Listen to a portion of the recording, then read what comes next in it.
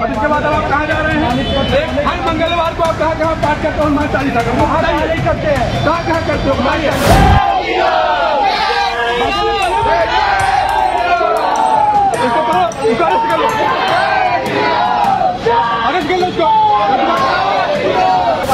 आपने ये मंदिर बनाया, कब बनाया? आप मेरे को इसकी परमिशन दिखाओ। ये परमिशन दिखाओ, प्रूफ दिखा दो। प्रूफ दिखाओ। आप यार उल्टा पूछ रहे हो हमारे। यहाँ की संस्कृति इतनी अच्छी थी, यहाँ नमाज होती थी, वहाँ पूजा होती थी। मगर कभी आज तक कभी कोई भेदभाव नहीं हुआ, कोई बेरबार नहीं हुआ, कोई लड़ाई झगड़े नहीं हुआ। मगर ये अब एक बंदा बाहर का आता है, वो कंप्लेंट डालता है, उस पर एक्शन उठ जाता है। ये एक तरफा क्यों चल रही है इस टाइम? क्या मांग है तुम्हारी? ये तरीका है? ये तरीका है? बदतमीजी कर रहा है? ये तरीका है क्या? ये तरीका है? कुछ भी है? मैं अलग एलानिया कहता हूँ। 177 अवैध निर्माणों के मैंने फोटोज इंक्वायरी कमीशन में किए। मैं आपके सामने नमूद कर रहा हूँ इस बात को। वही उत्पात, वही तमाशा, वही भगवा गमछा ओढ़कर जय श्री राम के नारे लगाकर ये जगह जगह तमाशा करना। लेकिन अब ये तमाशा कैसे भारी पड़ रहा है वो दिखाऊंगा। ये विवाद दो पक्षों के बीच का नहीं है। यह आज आपको दिखाऊंगा जिनकी जिम्मेदारी है देश में कानून का राज स्थापित करने की। जब उन्होंने अपना मोर्चा संभाला तो कैसे सारे के सारे भगवाधारियों को खदेड़ दिया। वो जय श्री राम के नारे लगाने लगे तो उनमें से एक को धर दबोचा। पहली फुर्सत में हालत खराब हो गई। बात बात पर इस देश को हिंदू राष्ट्र बनाने वालों की जुबान और जान दोनों हलक में आ गई थी कि ऐसा ना हो कि खातिरदारी हो जाए, तो दुम दबाकर भाग खड़े हुए। खबर यही नहीं, खबर यह भी दिखाऊंगा कि कल तक मस्जिदों पर चल रहे बुलडोजर, मदरसों पर चल रहे बुलडोजर और तो और मुसलमानों के घर मकान पर चल रहे बुलडोजर पर जश्न मनाने वाले अब कहां हैं? क्यों? क्योंकि सरकारी जमीन पर मंदिर बना दिया था। और ऐसे में वहां जब एक अधिकारी पहुंचा तो उसे देखकर सट्टी पिट्टी गुल हो गई। उस अधिकारी ने क्या कहा जरूर गौर से सुनिए। दिखाऊंगा एक पुलिस वाला जिसने मामले को ऐसे संभाला जिसकी हर कोई तारीफ कर रहा है। बहुत सारी खबरें हैं। खबर मुंबई से भी निकल कर आई है।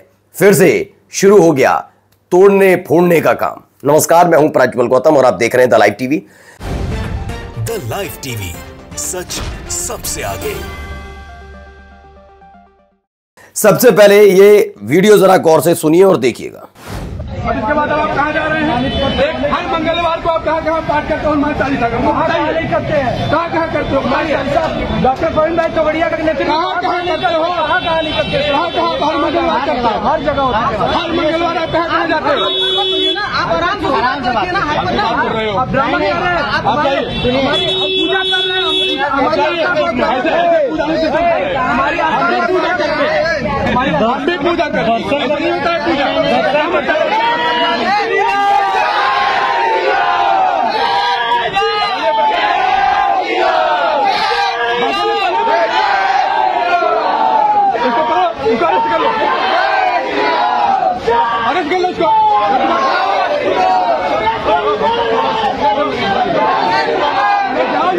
देखते जाइए वीडियो, बहुत कुछ है इसमें और।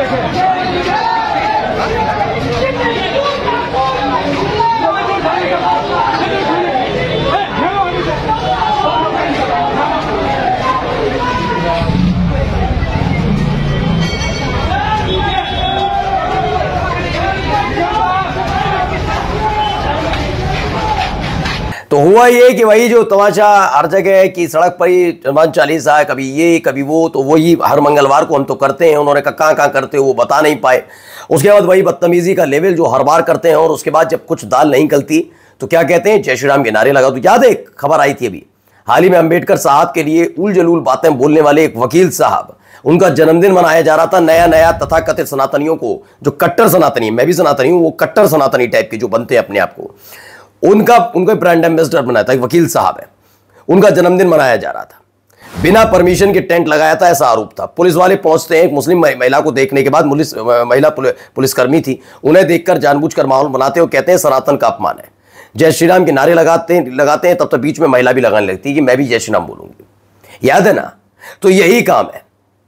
ऐसे ही जब चाहे जैसे चाहे, जहां पर बात नहीं बनती वहां जय श्री राम के नारे लगाने लगते हैं। कुछ ऐसा ही तमाशा हो रहा था तो धक्का देकर ऐसा भगाया कि सारे के सारे भगवाधारी वहां से निकल लिए। समझ गए, ये तमाशा कानून के सामने नहीं चलेगा। कानून, मैं इसलिए कहता हूं इस देश के पुलिस वालों के बारे में कभी नहीं कहिए। हर राज्य की पुलिस उस हिसाब से काम करती है जिस राज्य की सरकार जैसी होती है। उनको भी पता है वो एक दो मामलों में अगर ऐसे ही कार्रवाई करने लगे तो कार्रवाई उनके ऊपर उल्टी करती जाती, क्योंकि सरकार की मंशा क्या है। इसीलिए वरना अगर पुलिस वालों से कह दिया जाए बख्शना किसी दंगाई को नहीं, किसी उत्पाती को नहीं, किसी उपद्रवियों को नहीं, फिर आपको पता लगेगा कितनों के घर मकान दुकान टूटेंगे। आइए अगली खबर देखिए। यहां पर भी वही मंदिर को लेकर जो खेल है सुनिए।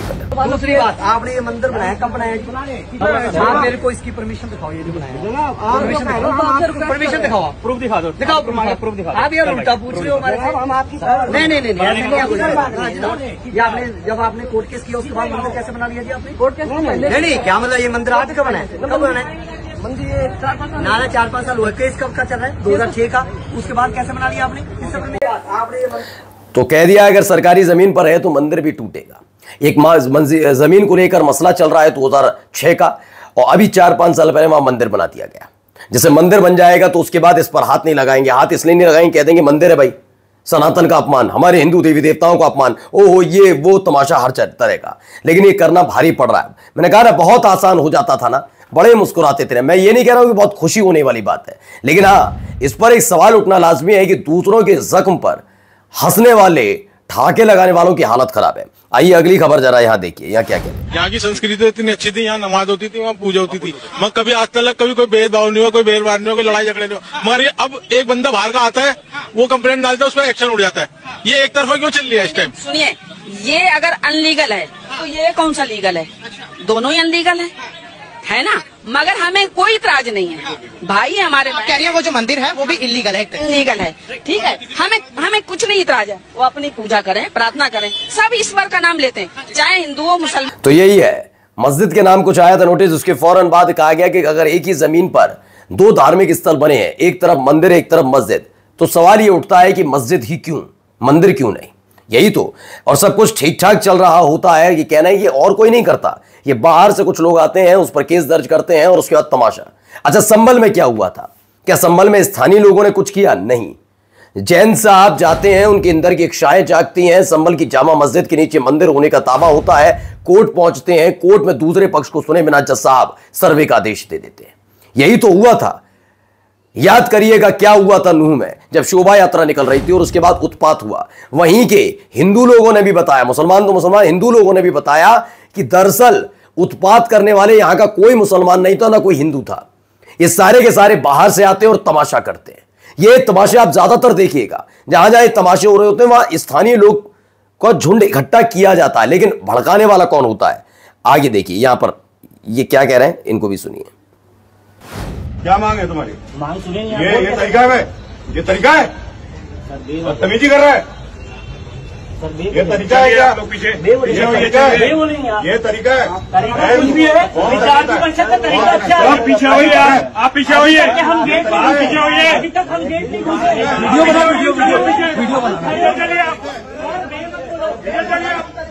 तो यहां पर भी अच्छे तरीके से मजम्मत की गई है। मैंने कहा ना कुछ नहीं करना। क्या एक आदत पड़ गई थी 2014 के बाद, और खासकर बीजेपी शासित राज्यों में, गले में भगवा गमछा डालो, जोर जोर से चीखो जय श्री राम जय श्री राम। मैं फिर कहता हूं हम भी की बोलते हैं, लेकिन वो मेरे लिए नारा नहीं हो सकता। जय श्री राम जयकारा है। जयकारे और नारे में फर्क यही है, जयकारा हमेशा अपने ईश्वर को याद करने के लिए कहा जाता है, और नारा हमेशा पॉलिटिकल होता है या फिर उत्पात और हालात बिगाड़ने के लिए होता है। नारा तब लगाया जाता है जब जबरदस्ती आपकी बात मानी नहीं। नारेबाजी क्यों कहते हैं नारेबाजी होने लगी? कभी कहते हैं जयकारेबाजी होने लगी? नहीं ना, नारेबाजी। नारे और जयकारे में अंतर है। लेकिन जिन लोगों ने जय श्री राम यानी कि हमारे इष्ट देव भगवान श्री राम के नाम को भी जयकारे से नारे में तब्दील कर दिया हो, क्या आप उनसे उम्मीद कर सकते हैं वो शांति लाएंगे देश के अंदर? देख लीजिए क्या हालत है। वही भगवा गमछा डालो, जोर जोर से चीखो जय श्री राम, लेकिन अब हालत खराब हो रही है। हर जगह आप अपनी मर्जी नहीं चला सकते ना। आइए यहां पर भी एक कार्रवाई हुई है, कार्रवाई देखिए। रोटी कपड़ा मकान हर नागरिक का अधिकार है। अब अवैध मुद्दे पर अगर जाएंगे तो हमने भी, मैं अलग एलानिया कहता हूं, 177 अवैध निर्माणों के मैंने फोटोज इंक्वायरी कमीशन में दिए। मैं आपके सामने नमूद कर रहा हूं इस बात को। 117 फोटो इतने लोगों के सामने मैं बताता हूं, युवा प्रभाग समिति के 27, 28, 29, 48 फोटो थाने शहर के प्रभाग समितियों के, 6 प्रभाग समितियों के, और 12 फोटो कलवा प्रभाग समिति के। कहाँ गई आपकी कार्रवाई? 12 जून का ऑर्डर है गिरीश कुलकर्णी सर की बेंच का कि with in the corporation limits सिर्फ वहां पर डाले तोड़े गए। तो खबर क्या है, मुसलमानों के साथ हर जगह धोखा, नेता लोग वोट लेकर फरार हो जाते हैं, जनता को अपनी लड़ाई खुद लड़नी पड़ती है। मुंब्रा में फिर एक बिल्डिंग तोड़ने का आदेश आया, हर जगह ढूंढ ढूंढ के मुसलमानों को परेशान किया जाता है। सिर्फ मुस्लिम इलाके में ही गैर कानूनी बिल्डिंग होती है क्या? गैर मुस्लिम इलाके में नहीं होती क्या? क्या देश में कानून दो हैं? यही तो मैं बार बार कह रहा हूं, खास तौर पर ये हर जगह नहीं है। याद रखिए, ये उन राज्यों में ज्यादा है जहां बीजेपी की सरकार है और सत्ता से जाने का डर ऐसा है कि ये जरूरी हो जाता है इनके लिए करना। और एक खूबसूरत तस्वीर जरा ये भी देखिए।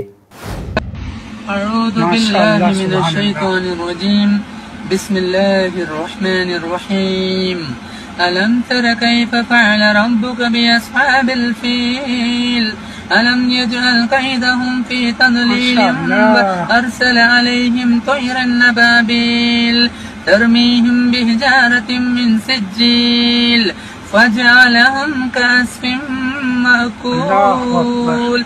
सदक़ल्लाहुल अलीयुल अज़ीम। तो ये भी एक खूबसूरत तस्वीर निकल कर सामने आई। बस दिक्कत इस बात की है कि जो वेशभूषा में बैठी हैं और जो बोल रही हैं, ये दोनों अलग अलग धर्म से ताल्लुक रखते हैं, लेकिन याद एक को ही किया जा रहा है। लेकिन खास बात यह है कि इसमें भी कुछ लोग गंदगी फैलाने उतर आते हैं। नमस्कार। द लाइव टीवी, सच सबसे आगे।